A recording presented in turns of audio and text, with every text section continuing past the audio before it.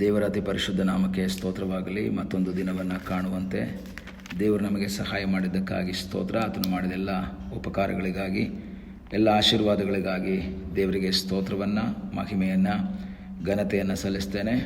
ಇಂದಿನ ವೇದ ಅಧ್ಯಯನಕ್ಕಾಗಿ ಒಂದು ವಾಕ್ಯವನ್ನು ಓದಿಕೊಳ್ಳೋಣ. ಯೆಶಾಯ ಪ್ರವಾದನೆ ಗ್ರಂಥ 55ನೇ ಅಧ್ಯಾಯ 8ನೇ ವಾಕ್ಯ. ಯೆಹೋವನು ಹೀಗನ್ನುತ್ತಾನೆ, ನನ್ನ ಆಲೋಚನೆಗಳು ನಿಮ್ಮ ಆಲೋಚನೆಗಳಲ್ಲ, ನಿಮ್ಮ ಮಾರ್ಗಗಳು ನನ್ನ ಮಾರ್ಗಗಳಲ್ಲ. ಈ ವಾಕ್ಯ ನಮಗೆಲ್ಲರಿಗೂ ಬಹಳ ಪರಿಚಿತವಾದಂತಹ ಒಂದು ವಾಕ್ಯ. ದೇವರ ವಾಕ್ಯದಲ್ಲಿ ಯೆಶಾಯನು ಹೇಳ್ತಾನೆ, ದೇವರ ಒಂದು ಮಾತಾಗಿ ಹೇಳೋದು, ನನ್ನ ಆಲೋಚನೆಗಳು ನಿಮ್ಮ ಆಲೋಚನೆಗಳಲ್ಲ, ನಿಮ್ಮ ಮಾರ್ಗಗಳು ನನ್ನ ಮಾರ್ಗಗಳಲ್ಲ. ಅನೇಕ ಸಂದರ್ಭದಲ್ಲಿ ಮನುಷ್ಯ ಅನೇಕ ರೀತಿಯ ಆಲೋಚನೆಗಳನ್ನು ಇಟ್ಕೊಂಡಂತಹ ವ್ಯಕ್ತಿ, ಅನೇಕ ರೀತಿಯ ಆಲೋಚನೆಗಳನ್ನು ಮಾಡುವಂತಹ ವ್ಯಕ್ತಿ. ಆದರೆ ದೇವರ ವಾಕ್ಯ ಹೇಳ್ತದೆ, ನಿಮ್ಮ ಆಲೋಚನೆಯೇ ಬೇರೆ, ನನ್ನ ಆಲೋಚನೆಯೇ ಬೇರೆ. ಅನೇಕ ಮಾರ್ಗಗಳನ್ನು ಮನುಷ್ಯ ಆರಿಸ್ಕೊಳ್ತಾನೆ.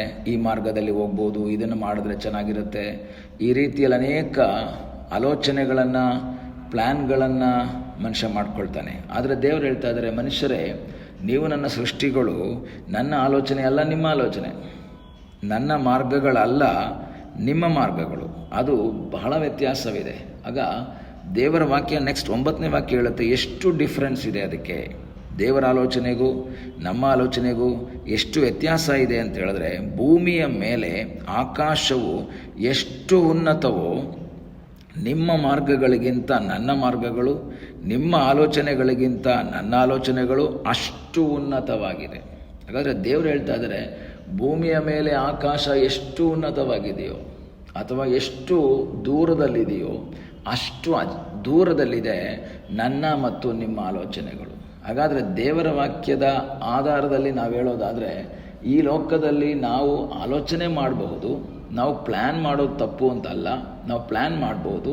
ದೇವರ ವಾಕ್ಯ ಹೇಳ್ತದೆ, ನಾನು ಮಾಡುವಂಥ ಆಲೋಚನೆಗಿಂತ ಮಿಗಿಲಾದಂತಹ ಒಂದು ಆಲೋಚನೆ ದೇವರು ಮಾಡ್ತಾರೆ. ದೇವರ ಮನಸ್ಸಲ್ಲಿ ಬೇರೆ ಆಲೋಚನೆ ಇರುತ್ತೆ. ನಾನು ಒಂದು ಆಲೋಚನೆ ಮಾಡ್ತೀನಿ, ದೇವರು ಬೇರೆ ರೀತಿಯ ಒಂದು ಆಲೋಚನೆಯನ್ನು ಮಾಡ್ತಾರೆ, ಬೇರೆ ರೀತಿಯ ಒಂದು ಕಾರ್ಯಗಳನ್ನು ದೇವರು ಮಾಡ್ತಾರೆ. ಯಾಕೆಂದರೆ ಜ್ಞಾನೋಕ್ತಿ 19ನೇ ಅಧ್ಯಾಯ 21ನೇ ವಾಕ್ಯದಲ್ಲಿ ಸೊಲೊಮೋನನು ಹೇಳುವಂಥ ಒಂದು ಮಾತು, ಮನುಷ್ಯನ ಮನಸ್ಸಿನಲ್ಲಿ ಅನೇಕ ಸಂಕಲ್ಪಗಳಿವೆ, ಯೆಹೋವನ ಸಂಕಲ್ಪವೇ ಈಡೇರುವುದು. ಮನುಷ್ಯನ ಮನಸ್ಸಲ್ಲಿ ಅನೇಕ ಪ್ಲ್ಯಾನ್ಗಳಿದ್ದಾವೆ.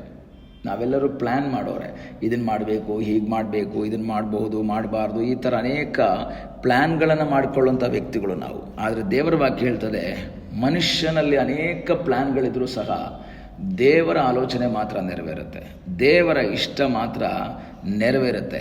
ಆದ್ದರಿಂದ ನಮ್ಮ ಜೀವಿತದಲ್ಲಿ ಆಲೋಚನೆ ಮಾಡೋದು ತಪ್ಪು ಅಂತ ದೇವರು ಹೇಳ್ತಾ ಇಲ್ಲ, ಆಲೋಚನೆ ಮಾಡಿ, ಆದರೆ ದೇವರ ಸನ್ನಿಧಾನದಲ್ಲಿ ಒಪ್ಪಿಸಿಕೊಟ್ಟು, ದೇವರೇ ಇದು ನಿನ್ನ ಆಲೋಚನೆಗೆ ಸರಿ ಹೊಂದುತ್ತಾ ಎಂಬುದಾಗಿ ನಾವು ಕೇಳಬೇಕು.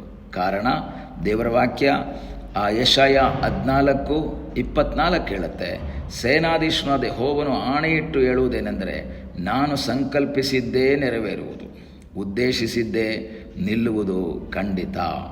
ನಾನೇನು ಪ್ಲ್ಯಾನ್ ಮಾಡಿದ್ದೀನಿ ಅದೇ ನಡೆಯುತ್ತೆ, ನಾನೇನು ಪ್ಲ್ಯಾನ್ ಮಾಡಿದ್ದೀನೋ ಅದು ನಿಲ್ಲುತ್ತೆ ಖಂಡಿತ. ಈ ದಿವಸಗಳಲ್ಲಿ ನಮ್ಮ ಮನಸ್ಸಲ್ಲಿ ಪ್ಲ್ಯಾನ್ಗಳಿರ್ಬೋದು, ನಿನ್ನ ಕುಟುಂಬದ ಬಗ್ಗೆ, ನಿನ್ನ ಮಕ್ಕಳ ಬಗ್ಗೆ, ನಿನ್ನ ಭವಿಷ್ಯದ ಬಗ್ಗೆ ನಿನಗೊಂದು ಪ್ಲ್ಯಾನ್ ಇದೆ.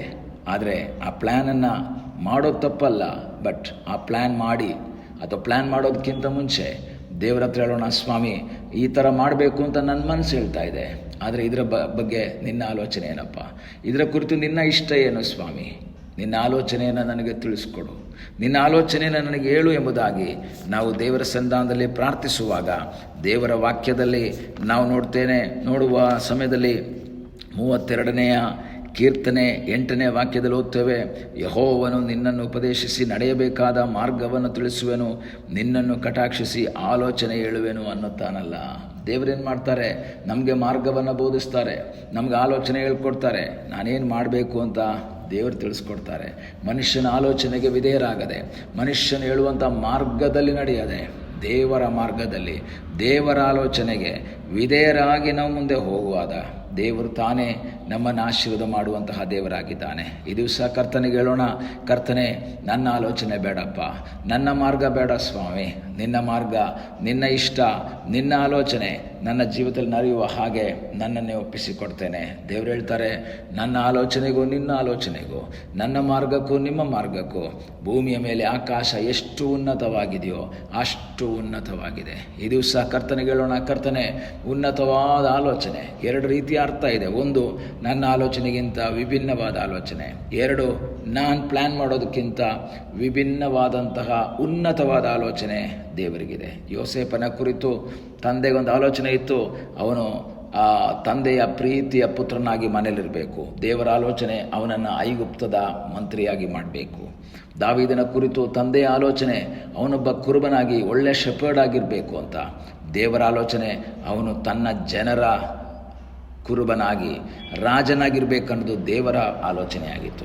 ನಮ್ಮ ಆಲೋಚನೆಗಿಂತ ವಿಭಿನ್ನವಾದ ಆಲೋಚನೆ, ನನ್ನ ಆಲೋಚನೆಗಿಂತ ಉನ್ನತವಾದ ಆಲೋಚನೆ ಇಟ್ಕೊಂಡಿರುವಂಥ ದೇವರಲ್ಲಿ ಆಶ್ರಯಿಸೋಣ. ಕಣ್ಣುಗಳನ್ನ ಮುಚ್ಚಿ ಪ್ರಾರ್ಥಿಸೋಣ. ನಮ್ಮನ್ನು ಬಹಳವಾಗಿ ಪ್ರೀತಿ ಮಾಡುವ ಪರಲೋಕದ ತಂದೆಯೇ, ಮತ್ತೊಂದು ಆವರ್ತಿ ನಿನ್ನ ಸನ್ನಿಧಾನದಲ್ಲಿ ನಮ್ಮನ್ನೇ ನಾವು ಸಮರ್ಪಿಸ್ತೇವೆ. ಕರ್ತನೆ, ನಮಗಾಗಿಟ್ಟಿರುವಂತಹ ಉನ್ನತವಾದ ಆಲೋಚನೆಗಾಗಿ ಸ್ತೋತ್ರ, ನಮಗಾಗಿಟ್ಟಿರುವಂತಹ ಒಳ್ಳೆಯ ಮಾರ್ಗಗಳಿಗಾಗಿ ಸ್ತೋತ್ರ. ಆ ಆಲೋಚನೆಗನುಸಾರವಾಗಿ ಆ ಮಾರ್ಗದಲ್ಲಿ ನಡೆದು ನೀನು ಬಯಸುವಂತಹ ಆ ಗುರಿಯನ್ನು ತಲುಪುವಂತೆ ಕರ್ತನೆ ನೀನು ನಮಗೆ ಕೃಪೆ ಮಾಡು ಎಂಬುದಾಗಿ ನಾವು ಪ್ರಾರ್ಥಿಸ್ತೇವೆ. ನಿನ್ನ ಸಾನ್ನಿಧ್ಯ ನಮ್ಮ ಸಂಗಡ ಇದ್ದುದಕ್ಕಾಗಿ ಸ್ತೋತ್ರ. ಪ್ರಾರ್ಥನೆಯನ್ನು ಕೇಳಿದ್ದಕ್ಕಾಗಿ ಸ್ತೋತ್ರ. ಯೇಸುವಿನ ಮುದ್ದಾದ ಹೆಸರಿನಲ್ಲಿ ಬೇಡಿಕೊಳ್ಳುತ್ತೇವೆ ನಮ್ಮ ಪ್ರೀತಿಯ ತಂದೆಯೇ. ಆಮೇನ್. God bless you.